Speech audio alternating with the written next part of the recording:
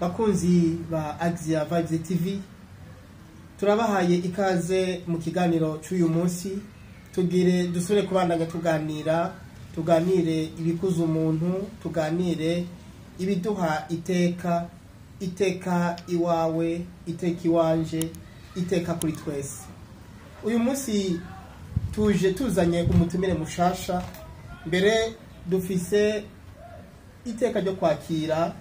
uno munsi kugira ngo atuganirize. O nawe numuvukanyi Amede Nkengurutse. Muvukanyi Amede, turabakiriye. Murakoze cyane. Turakwifurije iteka kuri wewe, kubawe no kubyawe byose. Murakoze, turabyakiriye kandi namwe birabera uko nyene. Murakoze gose. Nkuko tubabwiye, uno munsi ikiganiro ni ikiganiro kidasanzwe. Ikiganiro aho tugomba kuganira ku ngeso nziza runtu. Umutumire mukaba mwamaze kumwumva kandi akaba ari hano kugira ngo atuganirire. Muvukanyi Amede, twumvise ingeso nziza runtu two kumva iki? Murakoze kumpa ijambo. Murakoze kandi nsubiye gushima kuri ubu butumire mwampaye kuri televiziyo. None rero nkuko mubivuze, ingeso nziza runtu nkuko iryo jambo nyene bisigura, nico kintu cyose gituma umuntu aba nkuko Imana imwifuza. Uko kuntu Imana yifuza umuntu akaba umuntu, muhora mwumva mu Kirundi bavuga bati uriya nta muntu akirimo. Si ukuvuga ko aba yaritavye Imana, bakiriho mugabo ubwo buntu bwaramuvuyemwo. Hari imbere n'indirimbo bivuga neza igira iti umuntu n'ubuntu. Bagira bati mbega yemwe ndababwire bavyeyi bacu ndababarire, ngira ngo mwese mwarayumvise. Umuntu n'ubuntu, kuko utagira ubwo buntu, sinogira nti mutima mwiranda yaragiye mugabo ntibiri kure y'ivyo. Ako gatima ko gukora icyiza kaba karagiye. Gutyo rero aba yarataye umuntu, abasigaye agenda mugabo atakintu yomarira abandi muri societe arimo. Murakoze. Urakoze cyane. Igihe wari ubishize mu gahogo uriko uraririmba, numvise ufite n'akajwi keza. Sanzwe uririmba. Murakoze. Yego ndaririmba, ndimuririmbira ma. Murakoze kumbure aho tuzohagaruka. Turumvise yuko utubwiye icyo twotahura, twumvise ingeso nziza runtu, ariko hari uwoshobora kwibaza ati mbega izo ngeso nizihe? Woshobora gutanga umuco? Murakoze cyane. Ingeso nziza runtu nkuko natanguye ndabivuga nti nico kintu cyose gituma umuntu agira ubuntu,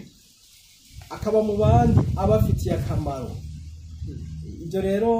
abahinga bavuga ko izo ngeso zoba ziri mu mice ine, ziyerekana mu buryo bune. Ubwa mbere, ingeso runtu ituma umuntu agira iteka kandi akariha n'abandi. Nico kintu bita mu Gifaransa la prudence, ukwiyubara. Akaba kandi iyindi ngeso ikomeye cyane yitwa ukwigerera, la tempérance. Muhora mwumva bavuga ko ibihugu biri muri climat tempéré, no kuvuga ni chaud ni froid. No kuvuga umuntu ashobora kumetriza toute situation, ibikanye n'ibishushe akamenya ingene bibamo. Yego, haje umuyaga ukanye arakanya, akabana n'abakanye, haje ushusha agashuha. No kuvuga ni akigerera agashobora kwiyadapta à toute situation. Icya gatatu ni la force, cyangwa le courage, kudacika intege iyo umuntu ashikiwe n'ibintu bibabaje, cyangwa utaryoherwa ngo byerekane kubera ufise icyagushikiye kiyimbaye, mugabo ukibagira ko abandi bataronse umuheze. Kuvuga la force no kumetriza toute situation qui t'arrive. Ubwa nyuma ni ubutungane. Imana yacu iratunganye. Ubutungane nicyo kinyegezwa n'iyo ngeso n'iyo vertu yo guha umuntu wese icyo ashaka, nako kimubereye icare kuri we, icyo no kwita gwiwe. ukongera ukagiha n'Imana mugabo kandi na wewe utiyibagiye hari ibyo bita injustice contre soi no kwirenganya urondera gutunganiriza abandi usanga rero naho bicumona muri rusange rero nivyo bintu bine ndababwiye la prudence la tempérance la justice et la force ibyo nivyo biranga umuntu agomba kuba umuntu w'akamaro muri societe asanzwe yego murakoze gose kumbure ko ari ibintu bine turashobora kubivugana ko tudatevye mugabo tukabivugana ko twumvise prudence none umuntu afise uko kwiyubara arangwa n'iki aba ameze gute ego murakoze ukwibara ni ingeso nziza runtu ituma umuntu avuga ivyo yimviriye hari abavuga bati ururimi ico kigwanisho conyene gishobora gukiza cyangwa kikica ni ukuvuga la prudence umuntu yibara mu majambo avuga mu vyo akora no mu vyiyumviro mbere hariho uburyo bwo kugira prudence reka duhere mu majambo kuko nico kintu gikunda kutugora twese aho umuntu avuga ibintu agasigara aricuza icyo yabivugiye kandi ijambo rigusohotse mu ntirigaruka ico kintu wavukanye ikintu cyo gushira ku mutima mbere ijambo risohotse ngo rimeze nk'ibuye riterewe mu kiyaga yego ntirisubira inyuma ijambo ridakoze icyo warirungikiye kandi rirashobora gukora icyo warirungikiye mugabo ugasanga wese icyo warushaka hari ibintu bitatu nagomba kubabwira tukiri ngaho iyo umuntu atanze message no kwita message verbale hariho message verbale ubwa mbere iyo utanze message haba hari icyo ushaka kuvuga mugabo indimi ziragoye hari aho usanga icyo washatse atari icyo wavuze nako icyo kintu wavuze agacaba kandi n'icyo abantu batahuye no kuvuga n'ibintu bitatu bitandukanye cyane icyo wifuza kuvuga icyo wavuze n'icyo abantu batahuye reka ndabakarorero kugira mu byumve ndibuka umuvukanya araho umunsi umwe yaragendewe n'umushitsi akunda cyane acamugendera mu masaha yo gufungura hari nka saha ndwi 13h minutes asanga dodoye bari ku meza bagira bafungura mu kirundi acavuga bati wavutse indya zihari wavutse hari indya tuzoramba amashitse rero wa muntu umusangwa kwera igishika n'urukundo acamubwira ati karibu wirire murazi neza ko ibyo rivuga ngo kurya risona nabi mugabo yabivuga kubera ko afite ikirundi gikene aho yamubwiye ati karibu ku meza dufungure wa wundi nawe yatahuye iki uwa mbere yarazi ko amuhaye ikaze ryo gufungura ngo bafungure baryohewe yarazi ko amuhaye ibyo twita keya n'igishika mugabo wundi qu'est-ce qu'il a compris wa wundi yatahuye ko yamubwiye ati karibu wirire no kuvuga ujejwe kurya utarimye utatetse karibuye karibuye kuko niko vyama kuri wewe ariko rero bivanye aho twarerewe wa wundi amaze gutahura iyo message kutariko atamubwira ko agiye muri toilette ijisho ryabaye ibyo ntiyagarutse urumva rero iyi prudence uko kwiyubara mu mvugo birica canke bigakiza yego uca kabiri ni mu kwibara mu byo dukora murazi ko iyo umuntu avuze aba atarabarakora umaze gukora naho ivyo wakoze birashobora kwica canke bigakiza nico no kwita la fréquence aho ugendera hari aho usanga ugendera ahantu bitari bibereye kugendera bikakugirira nabi cyane cyane abakuraba ni ukwiyubara mu bibanza tujamwo ukwiyubara mu byo dukora kugira ngo ntidusange hari umuntu yababajwe n'ivyo twakoze yego hari akarero gato nagira ndabahe abantu benshi bakunda kwihembera ku mugabo ari ikintu cica abantu benshi izi telefone tugendana abavukanye telefone zirica canke zigakiza byo ndazi abagenzi banje couple umugabo yakorera ruguru umugore agakorera kumuhana ahi Bujumbura umugabo aduze ruguru agatelefona umugore wiwe umfasoni nako agasanga telefone irasona ntapfuye yitavye na rimwe gatatu kane gatanu uwo muntu ari ahantu mucara muzukuru ubundi ari ngaho Bujumbura ni ibirometero birenga amajana 2 mugabo amutelefonye ntiyitabe kandi ntaheza murondera mubaze ati mbega wandonderera iki uyu mugabo bikamubabaza yagira atange inkuru nziza ati nashitse amahoro ndakomeye cyangwa ugasanga mubwiye ati ndagwaye cyari ikintu message très urgent mugabo wawe ntiyitavye motife ngo telefone yari muri silence ikibazo rero yakunda kumubaza yamuvuze ati mbega iyo silence uvuga telefone yishirayo cyangwa niyo washizeyo uko biri kose rero prudence mu bikorwa telefone utaverifye ati mbega iri musone ya des appels urgents utayishyuye usanga ugize ikibazo umugabo rero arabwira umugore ati wambabaje umugore nawe ati ibyo n'ibindi none ubabazwa n'ubusashi umugabo bavuga ngo nawe urakunda kubabara turakunda kubabazwa mu busa umugabo aramubwira mu kirundi ati yibagira wabigize ntibagira wabigiriwe umunsi umwe rero haciye amezi iyo ngeso umugore yarayigendanye atemera nuko yihenze umugabo ati reka nanjye ndamwereke yaratwabona agashavu umugabo je no kwita nti colère qui corrige colère collective aca rero araduga ruguru ku kazi kwa mbere mu gitondo telefone acayishira muri silencieux noneho yari musonere mugabo ntigeze yitaba umugore wiwe umunsi urahera iminsi ibiri wa mugore acafata imodoka kwa gatatu amusanga mu Cankuzo wabaye iki aca ko kare naho ndaguhamagara ukitaba yego ukitaba byagenze gute aramubwira ati ndakomeye ati gihe cyose wandondera telefone yari muri silencieux umugore yarahatsubira depression ko umugabo atamwitabye atamubwira ati voilà wabonye nanje jewe nanje ndabibayimwe amezi n'ayandi wumva nageze kuba ico kintu rero ni prudence mu bikorwa agacaba kandi prudence mu vyimviro ico cyo kiragoye gusigura mugabo kandi kinagoye muraza kumbaza muti none ivyimviro bihagarika mugabanya ivyimviro gute la prudence dans les pensées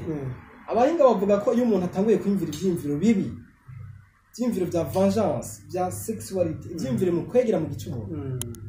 ni vyiza ko uca uhindura ikibanza nimba wari muri salo ukaja mu cyumba ni byiza ko nimba wari wicaye ugahaguruka tushanze mouvement ku buryo iyo mouvement ugize igusaba attention kuraba ko utagwa comme ça le cerveau va se précipiter à constater ko utaguye ivyumviro bigaca birengana ikindi naco mu vyumviro umuntu afisingabira no kuririmba ucushire mu turirimbo turyoshe turirimbo tubujya bitari chant à présent ugasanga utanguye kwimvira amajambo avugwa mu ndirimbo bya vyimviro no kwita criminel bigahera muri rusange amajambo make prudence ni ikintu kinini cyane mugabo twabaye turavuga ivyo kugira ngo abadutahura ntitusange twarambiye abantu cyane murakoze gose kumbure mu byo muvuze numvise harimwo habayemo na kwa kwigerera temperance reka birasaho bihuriye canke temperance nayo irukwaye ego cyane hari ikintu nibagiye kuvuga iziba zita vertu cardinale cardinale naco no kuvuga mu kilatini cardo no kuvuga l'axe inzu za ruguru mwasanga ari umuzingi haba harimo inkingi iri principale l'axe principale ni nko kunogira nti uruzi quelconque nka Nile par exemple urafise ibyo bita amafluwa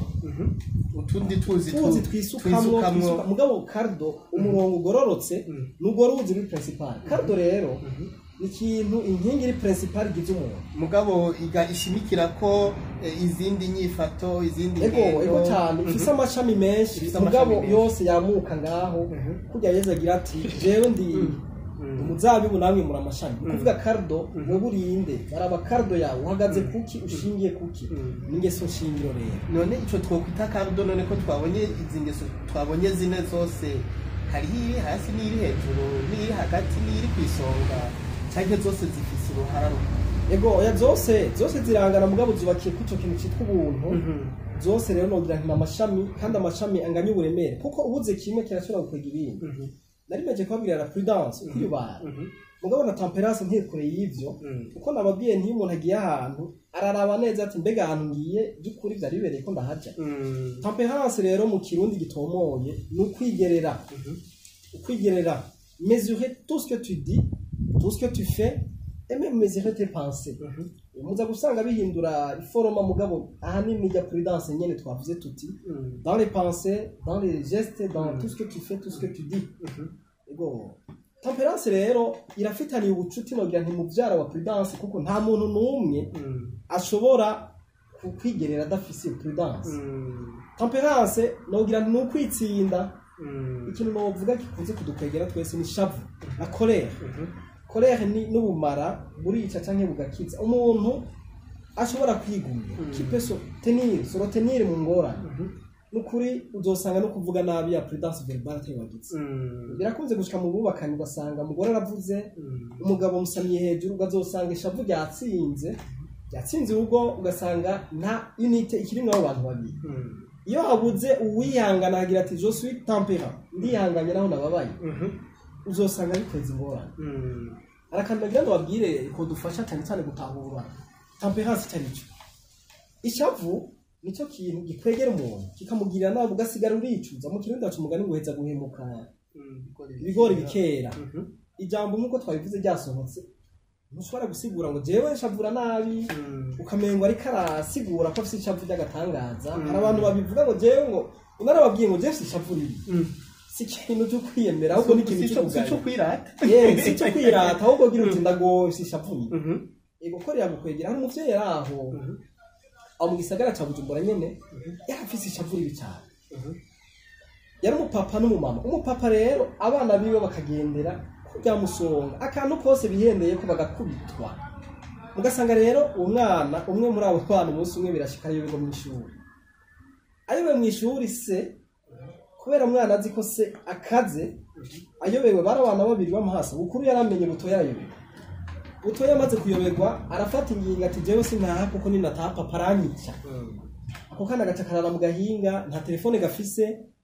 bararondeze yo kagiye barabura mugabo umunsi umwe basanga kasavye indaro kumuhana mugabo bagatoye barakabaza ati mbe mwana kutataje ati je nayo mu ishure nana niwe mu ishuri bati none uyo naniwe nataha ati yo nta papa ari kunyica afise ishavuri umwana arara mu gahinga kubera ko se afise ishavuri la tempérance rero ukwigumya kugira ngo ntusange hari byo wabyaye bitari hari byavutse muri iyo bitari ego muri make rero tempérance numva no geza ngaho mugabo kandi rero tempérance muri fréquentation bibanza bijya bavuga ngo jeune ngo yaguye mu gicumuro ngo yasamye inda akenshi muzosanga ari ikintu cya fréquence mu bibanza uvuga ngo ntaba yarigereye kuho ategerezwa kuho yego cyane kuho ategerezwa kugendera uvuze neza ahagendera urarabo tumbega ahantu ndahagendeye naho barahandi mabuwate cyane ubwo bingirira neza numvise muri akantu ubwa mbere twavuze yuko ari ukwiyubara prudence ubu rero hariho no kwigerera novuga ngo kwiyubara none nukureka kubikora nkuko wavuze uti ntidukore ico tutatezwa gukora umuntu akaraba ati mbega cyo ngomba nkore nivyo ntegezwa gukora akaba no kwigerera no mu byo umuntu aba yahisemo gukora akavyigerera yego cyane murakoze Merance mu byo kuri kwigerera no kwiyubara nagize nti nabavukanyi n'igishiki na gisaza ni birakompletana birafashanya kuko nababwiye nti nta muntu ashobora kwigerera atazi kwiyubara umubiri cyangwa umutima urasaba reka mfate example y'ugwaruka aba bantu bakuze bibaza ko kujya muri boîte mu byukuri nta kibi cyarimwe mugabo uravye dushaka gukwegera biberayo ikibi nibiberayo ikibi si sukujayo uza gusanga rero kugira ngo wikingire ibyo babibereyeyo no kureka kujayo yego aho tuba turi kuri prudence kuri tempérance mu gufréquenta ibibanza no kureka kujayo yego cyane no kureka kujayo mugabo nababwiye ni umubiri cyangwa umutima urarekama kujya abandi bagenzi bari mvuze ukarabuti none ibije ahaje haranyungura yego mu byukuri harakungura nta buciriyemo harakungura mugabo ugira uti ico nunguka nico mpomba ikiremereye urabalansa ko mereko no fuma meba kunyago neza kama saa 3 duca tuja kuri cya kindi twavuga la force mbega biroroshe kugira iyo tempérance canke iyo prudence force bwa bukomezi bufite ikibanza kihe